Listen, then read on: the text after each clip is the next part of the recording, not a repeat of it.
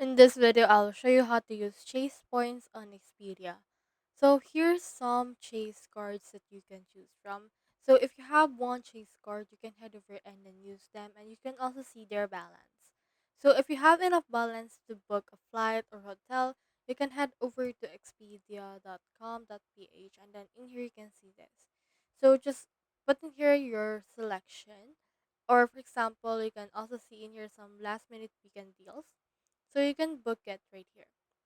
For example, right there, let's click on this spare race and blue water, and then it will load to that particular location. Now let's head over and click on this one. Now in here, it will open here a new tab, so you can actually book it from in here. You can see the amenities and a lot more on this page. Now, when you want to book it, you can just head over and then use your Chase card in order to book it and then redeem your points by booking this part right here. So that's how you use Chase points on Expedia. Hope we help.